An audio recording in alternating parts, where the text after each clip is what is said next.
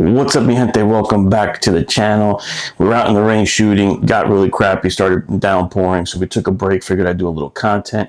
Today's video, we are going to be talking about my Glock 47 build. Got a few questions on, hey, how do you set up your Glock? So I figured I'd do a video on how I built out my Glock 47, which is kind of mirrors how I built all my Glocks. So I figured we get into it. Before we get into that, I just want to say, thank you for all the support. Please continue to like, comment, and subscribe, and hit notifications, which is very important, and share with a friend. I'm just trying to build up the followers, and I appreciate you all. So definitely hit that subscribe.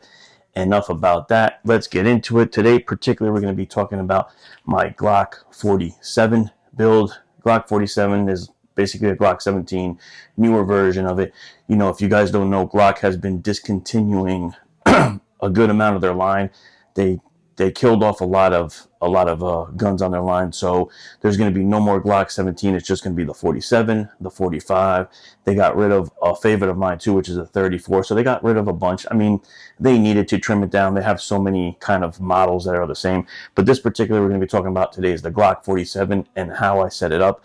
I pretty much set up all my Glocks almost identical, basically, unless they're, you know, for an EDC carry or, you know, for training, that'll be different on kind of the optic and what, you know, basically just the optic that I'm using and a few other things. On my EDCs, I don't like to change a lot of internal parts. I don't change much internal parts on the Glock anyway, but we'll get into it when I show you guys. So let's do it. All right, guys, let's get into it. We're talking about the Glock 47 build. So I'm just going to go through it. You know, I'm just going to break it down for you guys just so we could talk about what I do to the frame and what I do to the slide. So starting off with the frame, the first and foremost, what I do to all my Glocks is I do what's called a double undercut. If you see right here, especially for me, I have very big hands, like meaty hands, thick fingers. I take a Dremel and really Dremel out so my middle finger could really sit in there and I get a nice purchase, a good, you know, grip, and I'm comfortable. The stock just doesn't have enough room for me. So that's something that, mind you don't have to do. You could do if you have big hands, if you feel comfortable. If not, you could take it to somebody. But, you know, if you just take your time with a Dremel and you smooth it out, you're good. The second part of the undercut is you just under the trigger guard here, I take out some material and I do stipple it, and that's for when my support hand is coming up into my grip. It just gives me an area for my index finger to just feel, get some grip, and really it's just more of like a comfort, going to, listen, if it wasn't cut, I could shoot it fine. It's just something I like to do personally to them. It's just something I do. As well as if you see right here, I stipple right up here in the frame. That's just somewhere so my trigger finger, index finger just sits on, and it's just something where I just feel, I know I'm there. It's something that I just like to do. Muscle memory brings me there anyway, but it's just something I like to do. I do it on all my Glocks. I do not stipple the frames, and I'll talk about the Talon grip in a second. But what I do is, if you know, Glocks have that little hump right here. It's usually for, you know, you're just feeling your finger here and for your thumb here.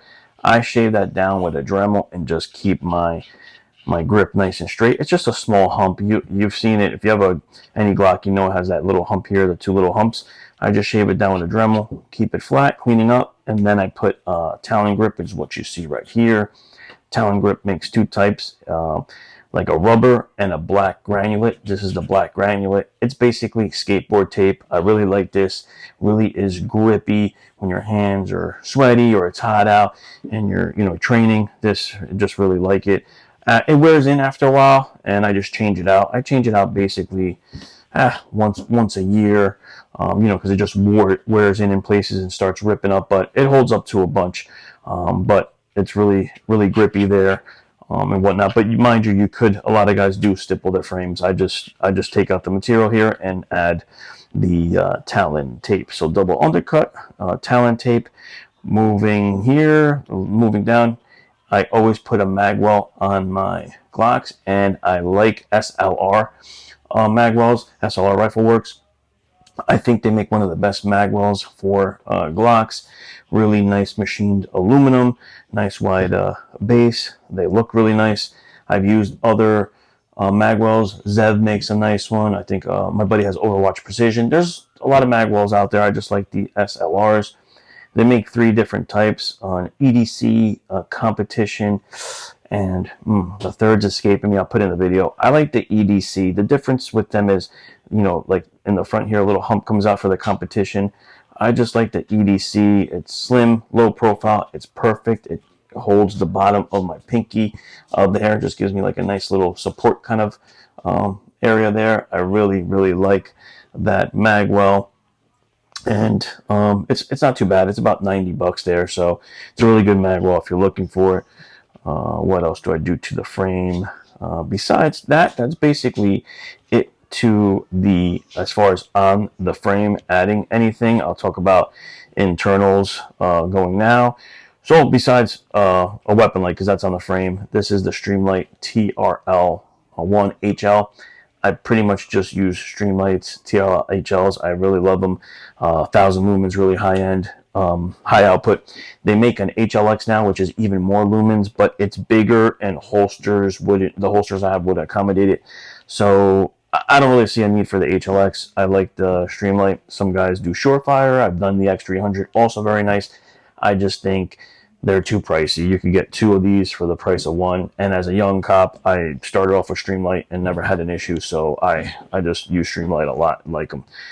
So that's it. Moving into the internals, I always change the mag catch or mag release. I use a aluminum, kind of just knurled from Glock store. It's extended, really easy to get to. I don't really have to break my grip a lot to get to my reload. Just a nice extended control there to do. They make, you know, there's a lot of companies that make them, and I have other different ones on my Glock. Like I have a Strike Industries one where you could change the kind of the pad you use. But this is it's usually sold out is the issue, but this is the one I really like. It's from the Glock store and it's aluminum. It's about 34 bucks. What else? I always change out the slide lock to the extended Glock factory. I say extended Glock factory because I think it's the best. There's other companies that make some. I've had issues with no slide lock. You know, sometimes they stay up a little bit. So I think it's worth just getting the extended slide lock from Glock. I have that coming. It would just happen to be sold out at the Glock store, but it came into stock. It came back into stock, so should be here tomorrow, I think. So I always change this out to extended. Just gives you an easier nub to get to. It's a little larger. Just nice, you know, changing out to extended controls. All right, so we change that out. Internally, I don't change much. Like I don't change the spring out or anything like that. Stock trigger bar, stock trigger assembly here in the rear. One thing I do is change the connector, but I only like to use one, and it's usually the Ghost connector. I think it's a 4-pound connector. I'll put in the video. I have issues with other connectors. That's the thing. When you change this connector out, you may have some reset issues. Like I've had issues with the Zev in the past where you almost get double taps. You don't get or you get no reset, things like that. Unreliable issues that I don't like. So I don't like to change too many internals because that's when reliability issues start. But if I do change the connector, it's either going to be stock or the Ghost connector. And I could be wrong in this, guys. Let me know in the comments. But I think Ghost is approved by Glock. Like they would still warranty it. So I think they approve the Ghost connector. But I could be wrong on that. I will double check. What else? That's basically it internally that I would change, minus the trigger shoe. I always change the trigger shoe. If you could see right here, this is a Train with the Purpose shoe, they're called. They're on Instagram. You could purchase them. I have a discount code with them. I work with Train with the Purpose. I love their triggers. Nice, flat face, knurled, just really feels good on your finger. If you can see, it's black with an OD green detent. You could get different colors from their trigger. This is the only trigger shoe I use. I've used a lot. The Zev, Overwatch Precision, Timney, Apex. I just really like this trigger shoe. and it's not that expensive. It's about 70 bucks. Really, really nice. If you don't get them on Train with the Purpose Instagram, like their store off of Instagram, Gunco also deals with Train with the Purpose, and then they make their own version, which is identical. I think they must work with Train with the Purpose. It's called the Atom, I think. It's made by Tactical Pontoon. I just like them. They're very flat. They're crisp. Nice triggers, but I just change out the trigger shoe. I don't change out the trigger bar or any internals. If I get bored and I want to spend some time with the Dremel, yeah, I have polished the internals to just get a little grit out. But guys, little note to this, you don't have to change out the trigger. The Gen 5 triggers are really, really nice, crisp triggers. I don't have an issue with them. It's just the shape of the trigger shoe that I don't like from the stock. I like the feel of an aluminum flat trigger. That's really why I change them mainly. But enough about that. That's basically it as far as going through the frame. Did we miss anything? Nope. That's it. The one thing I do, and I still haven't done it to this, I have to order it, is I think you should change to an extended takedown lever. It's just easier to take the gun apart when you're cleaning. This is just like a convenience thing. Pretty cheap part, just a few bucks. So I would change that to an extended takedown lever, and that's basically it on the frame. We talked about the light. All right, moving to the slide. If you could see, stock Gen 5 slide here with serrations in the front, serrations in the back. I like it comes like that. This is the MOS version. I like the stock slide. I'm not big into custom slides. I do have some, but again, I like a stock slide. I like the way they look. I like the way they feel. So this is the MOS version. So with the Gen 5 MOS, you get a number 2 plate, which pretty much is like an RMR cut. And from there, you could add other plates. And the reason I'm bringing that up is now we'll talk about the optic. This is the Holosun EPS green MRS, so multi-reticle system, closed emitter. I really love this optic. I think it's the best optic that Holosun makes. Super clear, crisp dot image. It's got the solar. Really, nice, robust, nice size window, and I just absolutely love it. So when you get the EPS, it comes with a plate that attaches to the MOS plate. Just brings your optic a little high. I don't like that, so I just go to this one aftermarket plate. Now there's a lot of plates out there. This is an Amazon plate, believe it or not. The company's called like DPP. I put it in the video. It's like 30 bucks. I've used these and never had an issue. So this is a plate that goes right onto your MOS and adapts to the EPS footprint, which is I believe the RMRSC footprint.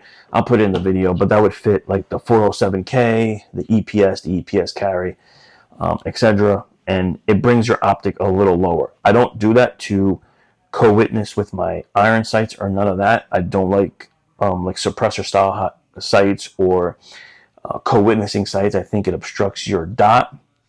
I'm still old school in that I keep irons. I know some guys just rip them off and go with their dot.